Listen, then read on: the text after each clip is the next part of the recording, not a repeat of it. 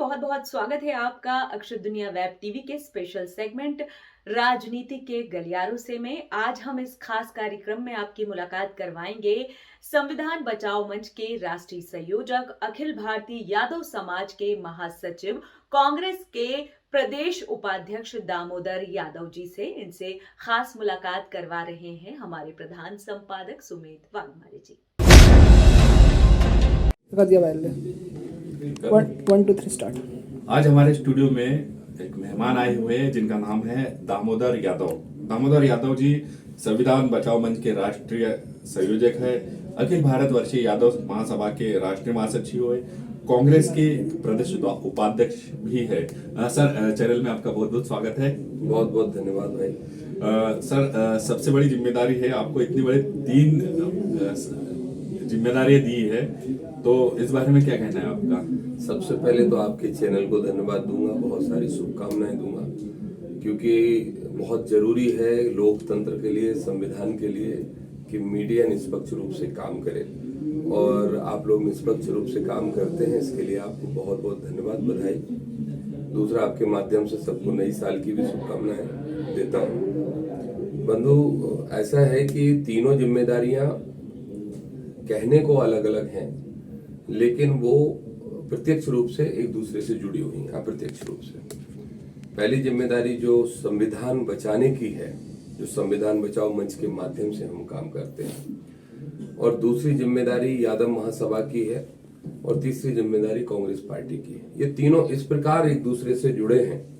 मेरा मानना है कि इस देश के अंदर जब से भारतीय जनता पार्टी की सरकार बनी है, तब से वास्तव में संविधान खतरे में है।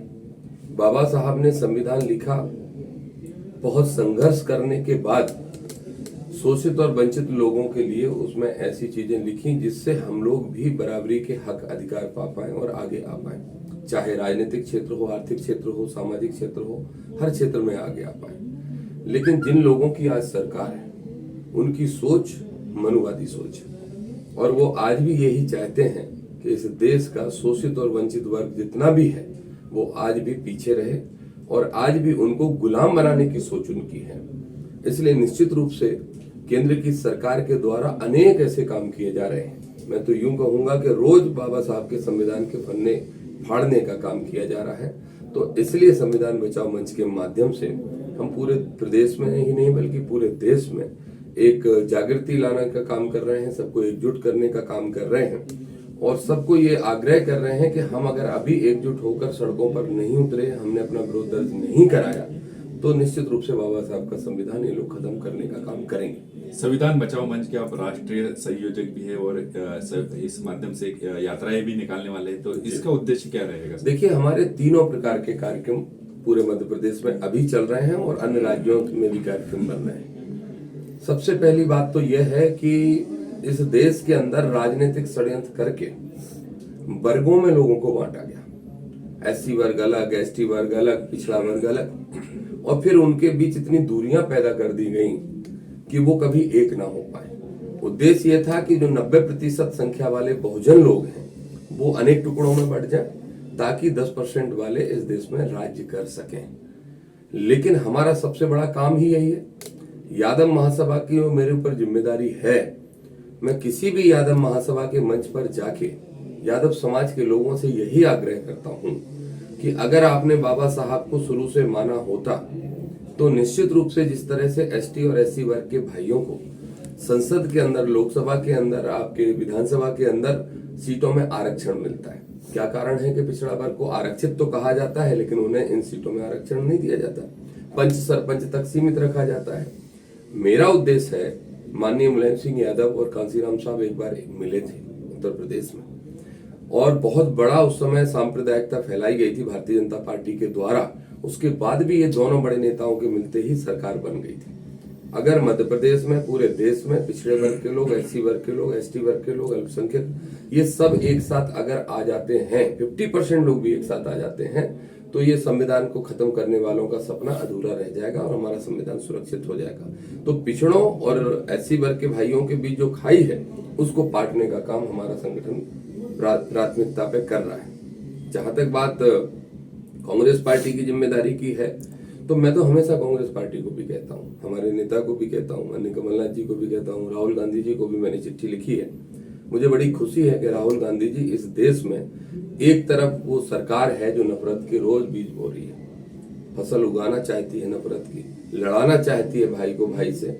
दूसरी तरफ राहुल गांधी जी ने 3500 किलोमीटर की पदयात्रा करके उस नफरत का जवाब प्यार से देने का काम किया, इसलिए मैं उनका स्वागत करता हूँ। कमलनाथ जी से भी आग्रह करता हूँ हमेशा कि इस मध्य प्रदेश के अंदर बहुत बड़ी संख्या एसटी वर्ग के लोगों की है, एससी वर्ग के लोगों की है, पिछड़ा वर्ग के लोगों की है, लेकिन अगर उनकी सुनवाई पार्टी के अंदर इस रूप में होगी कि वो सिर्फ वोट देने की वस्तु है, तो फिर वो कहीं ना कहीं दुखी होंगे। तो मेरा प्रयास ये रहता है कि कांग्रेस पार्टी के अंदर जिसकी जितनी संख्या भारी उसकी उतनी हिस्सेदारी वाला फार्मूला लागू करा सकूं।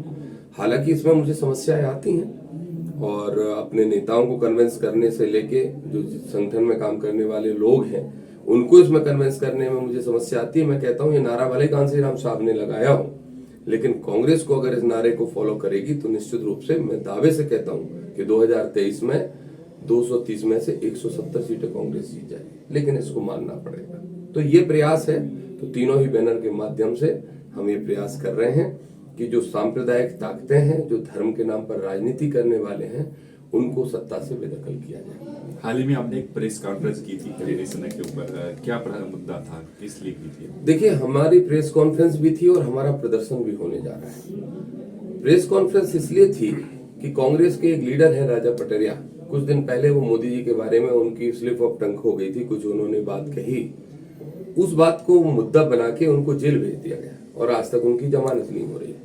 करणी सेना नाम का जो संगठन है, जो कि मेरी समझ से सिर्फ समाज में नफरत फैलाने का काम करता है, वो संगठन के लोग यहाँ इकट्ठे होते हैं और शिवराज सिंह चौहान जी जो मुख्यमंत्री हैं, एक संवैधानिक पद पर बैठे हैं, बाबा साहब के संविधान की बदौलत पिछड़े वर्ग से आते हैं, उनको माँ बहन की गालियां देते हैं।